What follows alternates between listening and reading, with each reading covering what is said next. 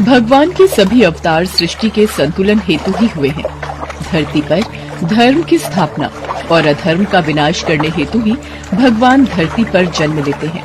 भगवान विष्णु ने भी ऐसे ही कई अवतार लेकर हमारी सृष्टि को पापियों से मुक्त किया है। उस अवतार में से एक अवतार है वामन अवतार। भगवान विष्णु ने एक बटुक ब्राह्मण के रूप में धरती पर 5वां अवतार लिया था। प्रहलाद के पुत्र विरोचन से महाबाहुबली का जन्म हुआ। दैत्यों का राजा बलि बड़ा पराक्रमी राजा था। उसने तीनों लोकों पर अपना आधिपत्य स्थापित कर लिया। उसकी शक्ति से घबराकर सभी देवता भगवान विष्णु के पास पहुँचे। भगवान विष्णु ने अदिति और कश्यप के यहाँ जन्म लिया। एक समय वामन रूप में विराजमान भगवान विष्णु राजा बलि के यहाँ पहुँचे। उस समय राजा बलि यज्ञ कर रहा था। वामन रूप में भगवान विष्णु राजा बलि से भिक्षा मांगते, पर शुक्राचार्य बलि को यज्ञ से उठने की अनुमति नहीं देते। भिक्षाम देहि, भिक्षाम देहि। कहाँ जा रहे हो राजन? अभी यज्ञ की पूर्ण आहुति देनी बाकी है, अभी आप उठकर नहीं जा सकते। भिक्षाम देहि, भिक्षाम देहि। बैठ जाओ राजन, तुम यज्ञ छोड़कर कहीं नहीं जाओगे। क्षमा करें गुरुदेव, किंतु बलि के द्वार पर यदि कोई भिक्षुक आए और उसे भिक्षा के लिए भी 2 बार गुहार करनी पड़े तो बलि की दानी वृत्ति को 100 बार धिक्कार है। अब मैं नहीं रुक सकता। रुक जाओ वत्स, रुक जाओ। गुरु शुक्राचार्य के रोकने पर राजा बलि नहीं रुकते। वो ब्राह्मण देव से पूछते हैं। प्रणाम ब्राह्मण देव, कहिए आपको क्या चाहिए? राजन, मैं तो एक साधारण ब्राह्मण हूँ। मैं भला आपसे भिक्षा के अतिरिक्त और क्या मांग सकता हूँ? क्या भिक्षा चाहिए आपको? स्वर्ण, हीरे, मोती, जवाहरात, हाथी, घोड़े? मुझे इनमें से कुछ भी नहीं चाहिए राजन। तो फिर आप अपनी इच्छा अनुसार कुछ भी कहिए ब्राह्मण देवता, जो भी आपकी आवश्यकता है। यदि मेरे बस में होगा तो मैं उसे पूरा करने में तनिक भी संकोच नहीं करूँगा। राजन, मुझे तो केवल 3 पग भूमि चाहिए। 3 पग भूमि ब्राह्मण देव, आप क्या करेंगे 3 पग भूमि का? राजन, मैंने तो सुना था कि दानी बलि ना तो ये पूछता है कि वो दान किसे दे रहा है और ना ही ये पूछता है कि मांगने वाला दान में क्या चाह रहा है। मैंने इसलिए ऐसा कहा ब्राह्मण देव क्योंकि एक साधारण मनुष्य के लिए भी 3 पग भूमि बहुत कम होती है और आपके आकार वाले व्यक्ति के लिए तो 3 पग भूमि और छोटी पड़ जाएगी। उसमें तो साधारण व्यक्ति खड़ा भी नहीं हो पाएगा।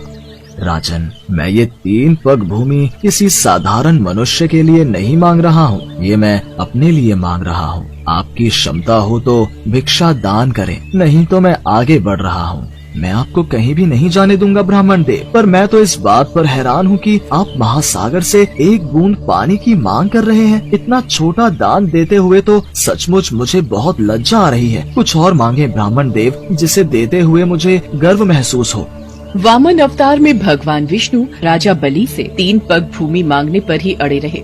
शुक्राचार्य अपनी आंखें बंद करके ध्यान करते हैं और वामन अवतार में भगवान विष्णु को पहचान जाते हैं और वो राजा बलि को ब्राह्मण को कुछ भी न देने के लिए कहते हैं और बताते हैं कि ये वामन वेश में स्वयं भगवान विष्णु हैं। राजा बलि भगवान विष्णु और महालक्ष्मी की पूजा करता था और भगवान विष्णु के दर्शन करना चाहता था। अपने समक्ष भगवान विष्णु को देखकर राजा बलि प्रसन्न हो जाता है। गुरुदेव, मेरे समक्ष भगवान विष्णु खड़े हैं, ये देखकर मैं बहुत प्रसन्न हूँ। तुम जानते नहीं हो राजन, ये विष्णु तुम्हें ठगने आया है। तुम्हें दंड देने आए देवताओं ने ही इसे भेजा है। गुरुदेव, मुझे इस बात से कोई फर्क नहीं पड़ता कि भगवान विष्णु यहाँ किस उद्देश्य से आए हैं। मैं तो बस उनके दर्शन करके कृतार्थ हो गया। आज भगवान विष्णु स्वयं मेरे द्वार पर आए हैं, ये मेरे लिए बहुत सौभाग्य की बात है। राजन, ये छलावा है, ये विष्णु आपको ठगने आया है, आप इसे कुछ भी मत देना।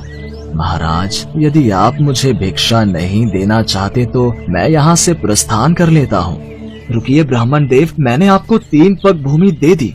तो ठीक है राजा बलि, तुम इस कमंडल के जल को हाथ में लेकर संकल्प लो। मुझे राजा बलि को रोकना होगा। अब एक ही रास्ता है, मैं इस कमंडल में समा जाता हूँ। शुक्राचार्य कमंडल में समा जाते हैं और जल को बहने से रोक देते हैं। लगता है कोई कंकड़ जल का मार्ग रोक रहा है, जरा तीली से इसे बाहर निकाल दूं।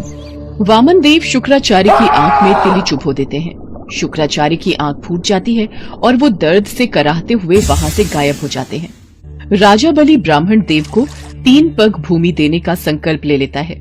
देखते ही देखते भगवान विष्णु अपना आकार बड़ा कर लेते हैं। राजा बलि उनके समक्ष हाथ जोड़कर प्रसन्नता से खड़े हो जाते हैं। वामन रूप में भगवान विष्णु ने पहला भाग नापकर धरती और पाताल को नाप लिया था। दूसरा पग उठाकर भगवान विष्णु ने समस्त नक्षत्र मंडल और आकाश को नाप लिया था। तीसरा पग उठाने से पहले भगवान विष्णु बलि से बोले, तुम जानते हो बलि, मैंने 3 पग भूमि मांगी थी। तीसरा पग रखने के लिए कोई स्थान ही शेष नहीं रह गया। अब मैं अपना तीसरा पग कहाँ रखूं?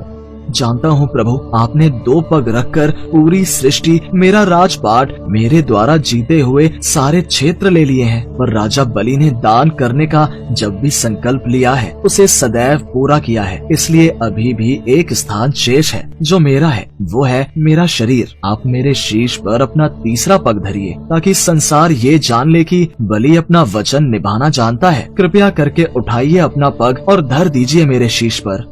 हे बलि, यदि तुम चाहते हो तो तुम्हें लगता है कि तुम्हारा उद्धार इसी में है, तो मैं तुम्हारे शीश पर अपना पग रखता हूँ। भगवान विष्णु ने वामन रूप में राजा बलि के सिर पर अपना पग धरा और बलि पाताल में समाता चला गया। राजा बलि अपने भक्ति मार्ग से भटककर अहंकार और दुराचार के मार्ग पर चल पड़ा था।